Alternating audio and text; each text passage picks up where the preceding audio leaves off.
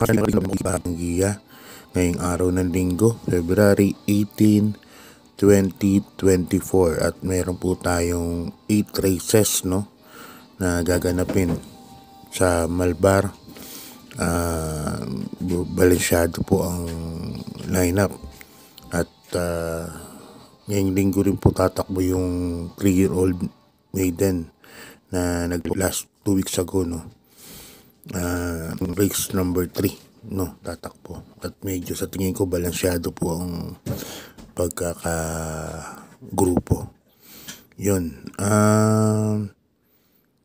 I-remind ko lang po kayo sa Martes po, February 20, meron po tayong karera araw ng Martes, meron na naman pong karera, kaya abangan po natin yan.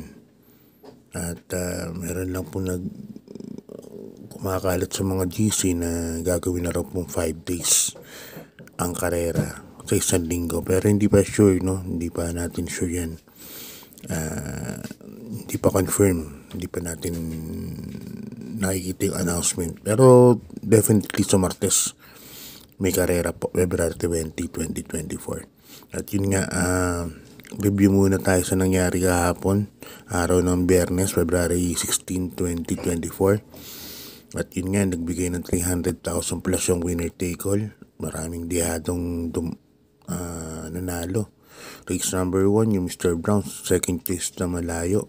Tapos, race number 2, number 7, Quincy. Nakay ni Alison Pabilik, ganda na pagkakadala. Inabot si Pretty, dihado rin, fourth choice.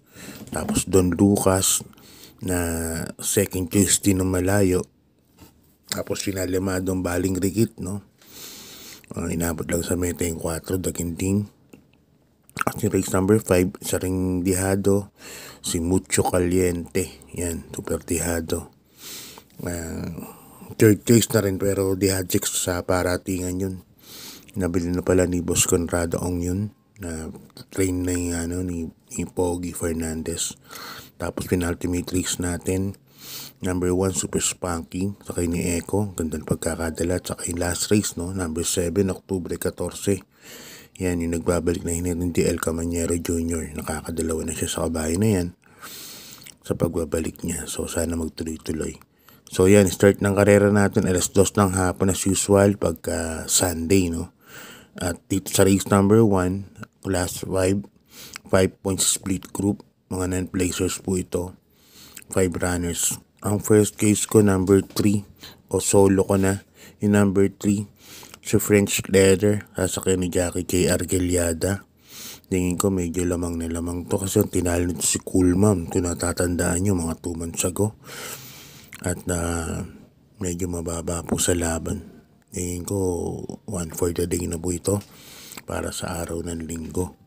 Ngayon, kung po-forecast po ako, ang kukunin ko po yung number 1, The Barrister, sa kanyang MP Cañete. Yan na napupusuan kong i-forecast yan kung sakaling tataya po ako ng forecast. Kaya dyan sa race number 1, sa tingin ko solo na po yan. Number 3, French Leather. Another J. Argeliada Mount. Ito, marang nagkaroon na ng tiwala sa sarili. May inam ng mga manakay ngayon. Laki ng in-improve. Okay, di pa tayo sa race number 2, Bayang Karista. Umpisa ng winner take all from races 2 to 8. Group based on time, GBT 13 and 14 merge. Yan, dito may 5 runners lang tayo. First case ko rito, number 2, Hiroshima, sasakay ni John Alden Guse.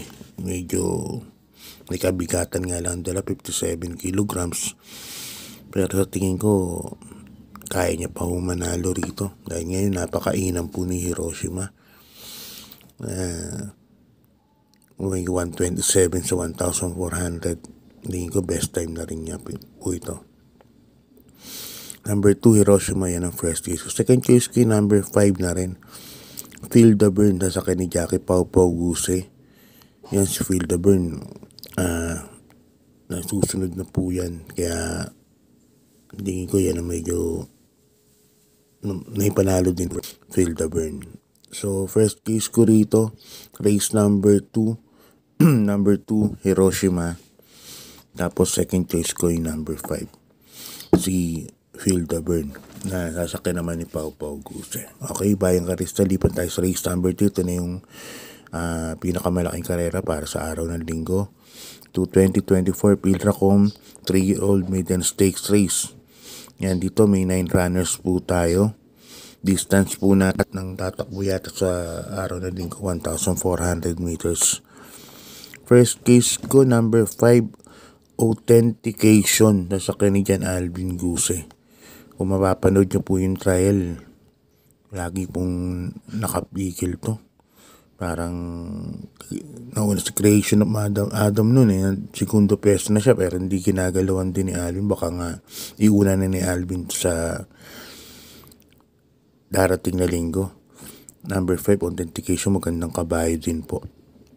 Kaya yan po ang napipisil kong first choice sa Canadian Alvin Guse.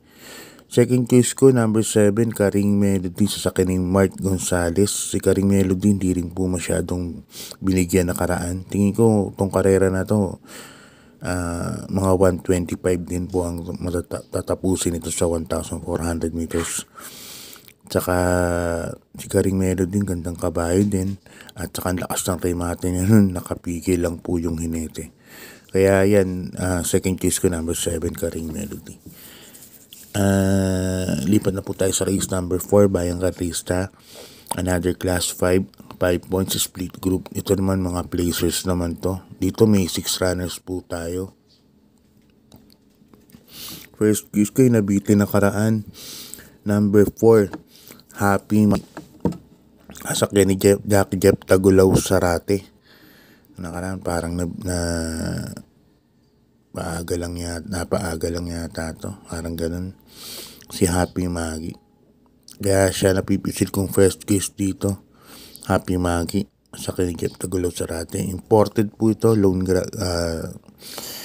Puting kabayo. Imported.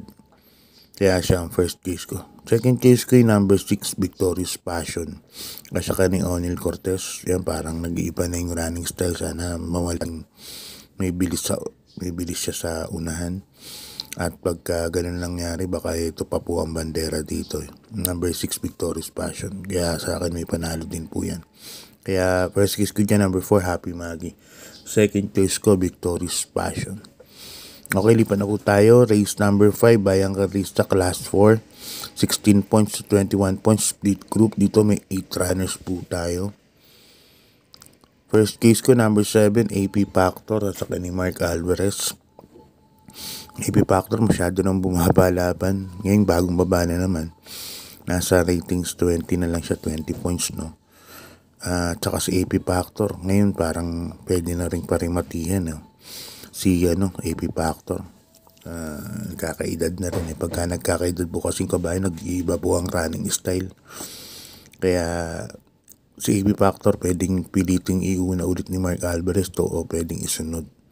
Kaya yan ang first case ko, number 7, AP Factor. Second case ko, number 8, Noble Touch, at saka ni Jackie JB Bakaykay. May tempo rin sa 1,400 ng 1.27 to. Tapos last to enter pa po siya. Kaya sa tingin ko may panalo din po. Number 8, Noble Touch. Kaya dito sa race number 5, number 7, AP Factor. First choice, second choice, number 8, Noble Touch. Okay, lipat na po tayo sa race number 6, Bayang Karista. Class 4, 22 points to 27 points. Dito may 7 runners po tayo. First case ko, number 1, Money for Gabriel. At saka ni Jackie Pati Ramos Dilema. Ito nakaraan, hindi po lumagpas dun sa nanalo yan. Si Money for Gabriel. Ngayon, siya ang first case ko. Kasi, tingin ko siya ang mauuna po dito, no? Money for Gabriel. Second choice ko, number 5, Kaboom. Yan, si Kaboom na segundo po kay Hakim nakaraan yan. Ganda rin po ng tinakbo. Nasasakining Pabs Cabalejo. Kaya dito sa race number 6, ang first case ko, number 1, Money for Gabriel, sasakyan ni Jackie Pati Ramos Dilema. Second case ko, number 5, Kaboom. Yan. Tapos siguro kung may ano pa kayo, uunan sama nyo yung sa Isden, Grand Laughter. Yung sasakyan ni Abu de Ocampo, may panalo din po yan sa tingin ko. Maganda yung numero. Okay, lipat tayo sa penultimate race, Bayang Karista, race number 7. Ang race number 7 natin, last 5, 6 to 10. Excuse me, 6 to 10 points split group. Dito may 8 runners po tayo. First case ko rito, number 8, Aliana, at saka ni Jackie Berjomel Galieta. Yun, Berjomel Galieta, grabe ngayon. Nagpapakita ng class A na pagdadala. Katulad kay Mucho Caliente, no? Dinaanan na siya di na nga siya nakaano kay Jersey Crown.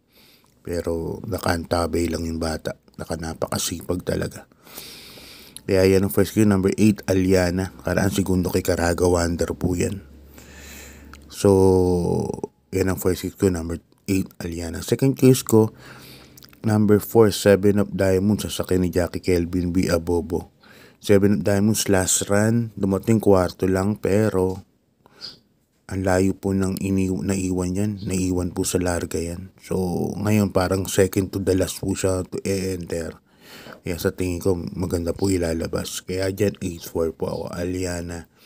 And number 4, 7 of Diamonds. Okay, lipat na po tayo sa last race. Bayang Karista, class 5, 11 to 15 points split group. Yan, distance natin 1,400 meters. Dito medyo magmarami po kayo kasi ang nakita ko po, ratings 11 and 12 po yung mga puntos nila dito. Pwedeng isang takbo na lang ipababa ng 9 points and 10 points. Yan. Another group na naman, no? 6 to 10 group mo. Pupunta po sila doon sa bracket na yun. Kaya kung may bunang kayo, dagdagan nyo na lang. So, Distant Thunder, sasakyan ni Jackie. Alis yung pabili kahapon, nakagawa na malalayo. Back to back pa yung isang Pinsi sa Don Lucas. Number 4, Distant Thunder, first case ko yan. Second case ko, number 2, Lucky Julian. Sasakyan ni Jackie J.B. Hernandez. Jackie Uno. Yan, sigurado meron ako sa rota niyan. Si Lucky Julian. Kasi hindi naman nagkabihay si LABD. Kaya mapapabor sa kanya kung sakaling yung iba dyan umatras, no. Kaya yan ang second case ko, number 2, Lucky Julian. Third case ko, number 1, Noseng Yang Yana. Yan, Mark Alvarez ang sakay. Kaya dito 4-2-1 po ako. So, God bless po, Bayang Karista. Maraming salamat po.